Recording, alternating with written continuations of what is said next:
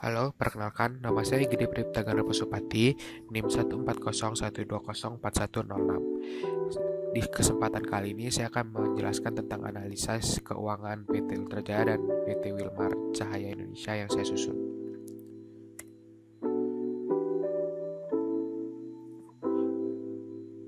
PT Ultrajaya Tbk merupakan perusahaan multinasional yang memproduksi minuman yang bermarkas di Padalarang, Kabupaten Bandung Barat, Jawa Barat. Beralamat di Jalan Raya Cimaremet 131 Padalarang, Kabupaten Bandung, perusahaan ini awalnya merupakan industri rumah tangga yang didirikan pada tahun 1958, kemudian menjadi suatu entitas perseroan terbatas pada tahun 1971. Perusahaan ini merupakan pionir di bidang industri minuman dalam kemasan di Indonesia, dan sekarang memiliki mesin pemroses minuman tercanggih se-Asia Tenggara. Pada awalnya, perusahaan yang berawal dari sebuah rumah di Jalan Tomblok Dalam, Bandung ini hanya memproduksi susu. Namun seiring perkembangannya, Ultrajaya juga memproduksi jus dalam kemasan bermerek Buahvita serta memproduksi teh kotak, sari asam asli, dan sari kacang hijau. Sejak tahun 2008, merek Buahvita dan Gogo dibeli oleh Unilever Indonesia sehingga Ultrajaya bisa kembali ke bisnis utamanya, yaitu produksi susu.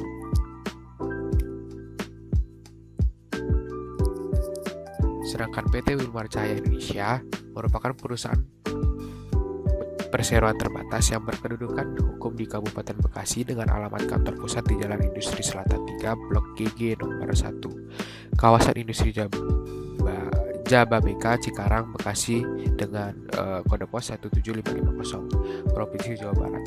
Sesuai dengan anggaran dasar, perusahaan bergerak di bidang industri antara lain minyak nabati, yaitu minyak kelapa sawit beserta produk-produk turunannya, seperti biji tengkawang, minyak tengkawang, dan minyak nabati spesialitas. Usaha wira perdagangan lokal, ekspor, impor, dan berdagang hasil bumi, hasil hutan, berdagang barang-barang keperluan sehari-hari, berdagang sebagai grosir, distribusi, laveransir, eceran, dan lain-lain.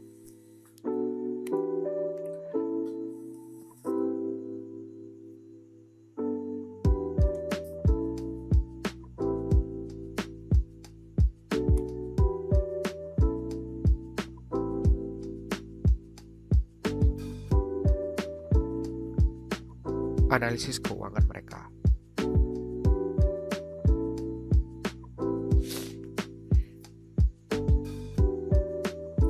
Yang pertama ada current ratio. Current ratio digunakan untuk mengevaluasi kemampuan perusahaan membayar kewajiban jangka pendeknya. Semakin tinggi nilainya, menunjukkan semakin kuat posisi keuangan perusahaan. Hal ini menunjukkan bahwa aset yang dimiliki mencukupi untuk membayar kewajiban perusahaan. Rumus dari current ratio adalah sebagai berikut.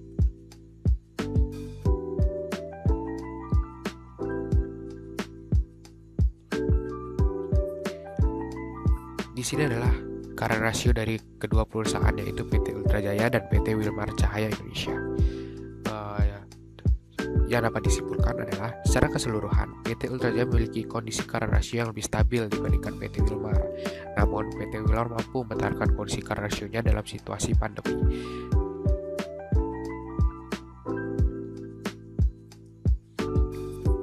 Yang kedua ada debt ratio. Debt ratio adalah rasio keuangan yang mengukur kemampuan leverage perusahaan. Rasio utang didefinisikan sebagai rasio total utang terhadap total aset yang dinyatakan dalam desimal atau persentase. Dapat diartikan sebagai proporsi aset perusahaan yang dibiayai oleh hutang. Rumus dari debt ratio adalah sebagai berikut. Nah, di sini juga terdapat dua debt ratio dari PT Ultrajaya dan PT Wilmar Cahaya Indonesia. Hal yang dapat disimpulkan adalah PT Wilmar Indonesia memiliki debt ratio yang jauh lebih kecil dibandingkan dengan PT Ultrajaya. Artinya, PT Wilmar Indonesia mampu mengatasi utang jangka pendeknya dengan aset jangka panjang dengan baik.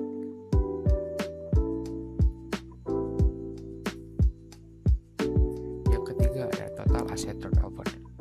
Rasio ini adalah sebuah rasio aktivitas, rasio efisiensi yang mengukur kemampuan perusahaan untuk menghasilkan penjualan dari total asetnya dengan membandingkan penjualan bersih dengan total aset. Di sini terdapat dua total asset turnover milik PT Ultrajaya dan PT Wilmar Cahaya Indonesia. Hal yang dapat disimpulkan dari kedua data ini adalah PT Wilmar Indonesia memiliki total asset turnover yang lebih besar. PT Wilmar berhasil menghasilkan net sales yang lebih besar terhadap total asetnya.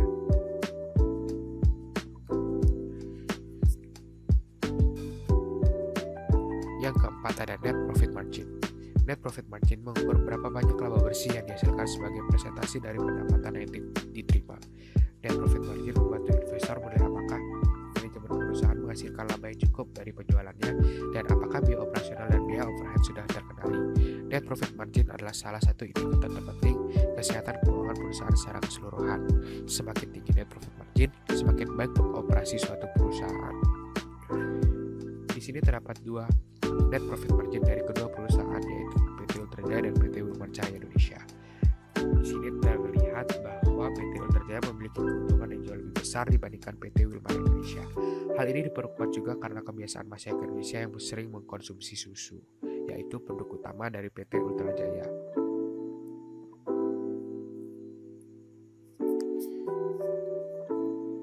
Yang kelima ada return on asset.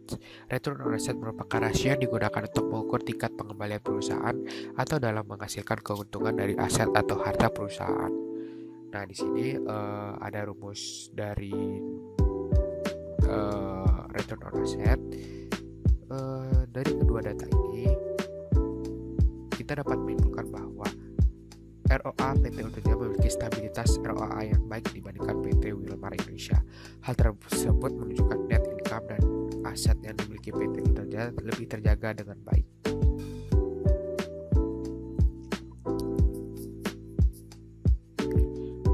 Yang keenam ada gross profit margin.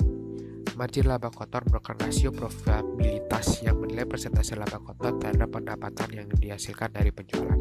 Semakin besar gross profit margin, maka semakin baik atau semakin efisien kegiatan operasional perusahaan. Hal ini menunjukkan harga pokok penjualan lebih rendah daripada penjualan atau sales. Di sini terdapat rumus gross profit margin. Di sini terdapat dua data perusahaan yang menunjukkan gross profit marginnya. Konklusi yang dapat kita ambil adalah gross profit margin dari PT Ultra Jaya jauh lebih besar dibandingkan PT Wilmar Indonesia. Hal ini menunjukkan operasional PT Ultra Jaya jauh lebih efisien.